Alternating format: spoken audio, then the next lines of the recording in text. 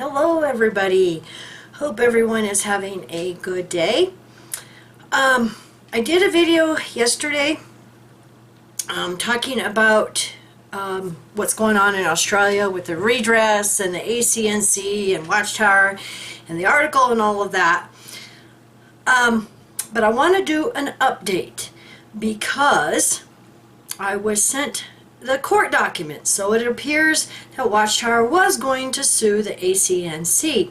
And I want to thank Kim Silvio so much. I really appreciate you sending me the court documents. She didn't say whether I could make them public or not, so I'm not going to make them public at this time. But it's interesting because the original application, and I just want to read a couple of interesting things on here that I found.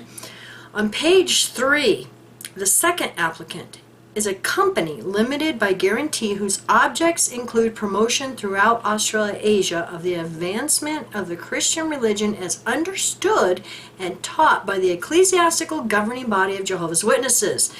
So their applicant, the second applicant, has been registered as a charity with the Australian Charities and Not-for-Profits Commission since 3rd December 2012.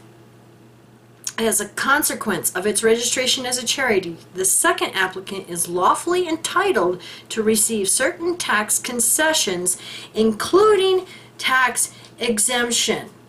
No, the way this is worded, Watchtower is arguing like it's their right to get these, benefits, these exemptions and money and all of that. It's not a right. It's a privilege given you by the Australian government. This is not a right. So, if you don't follow the rules, then you don't qualify for these privileges. Good grief. The first applicant is a director of the second applicant.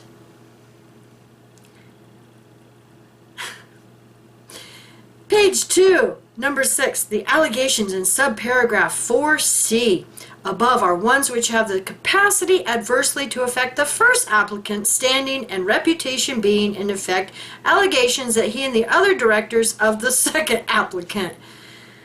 Oh my goodness. Now, I want to scroll down to page 4 because there were some interesting things here on number 3. The decision so far is based upon alleged non-compliance with External Conduct Standard number 4 involves errors of law for the purpose of 51F of the FDJR Act, in that it misconstrues the proper meaning of that standard in asserting that A, by the second applicant sending donations to overseas entities. Now, you can go to the charity regulation and you can find the list of the charities, and you put in Watchtower, and they took in, like, if I remember correctly, like $29 million and sent most of that overseas. Well, I can see why the government is a little bit upset. If you are a tax-exempt organization and you are getting maybe federal grants for being a religion or a charity, tax-exempt and all of that, and then you're sending most of your money overseas, of course the government's going to be upset.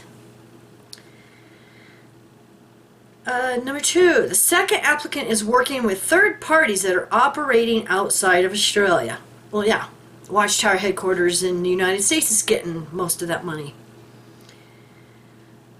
Persons overseas are being provided with services or accessing benefits under programs provided by the second applicant or a third party in collaboration with the second applicant, and External Conduct Standard number 4 applies to the second applicant's provision of funds to overseas entities.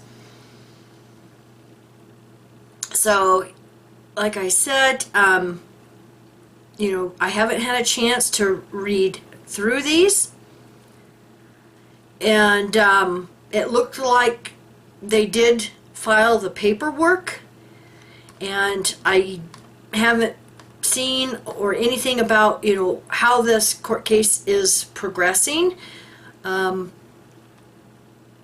looks like April 8th, 2021 was going to be the date of the hearing. And so, like I said, I'm not going to publish these publicly because they were sent to me and they didn't clarify whether I could publish them or not. But thanks again, Kim. I appreciate all your help. And also, she sent me the link to the National Redress Scheme, the nationalredress.gov.au. I'm going to put the link down below because it has on here that Jehovah's Witnesses are intending to join the third quarter of 2021 in the redress scheme. So thank you once again, Kim, very much for your help, and just wanted to update everybody on this. And I will put the link down below to the Australian government redress website, because I was looking everywhere yesterday and I couldn't find any of this. So anyway, thank you for watching, everyone, and you have a wonderful day. Bye.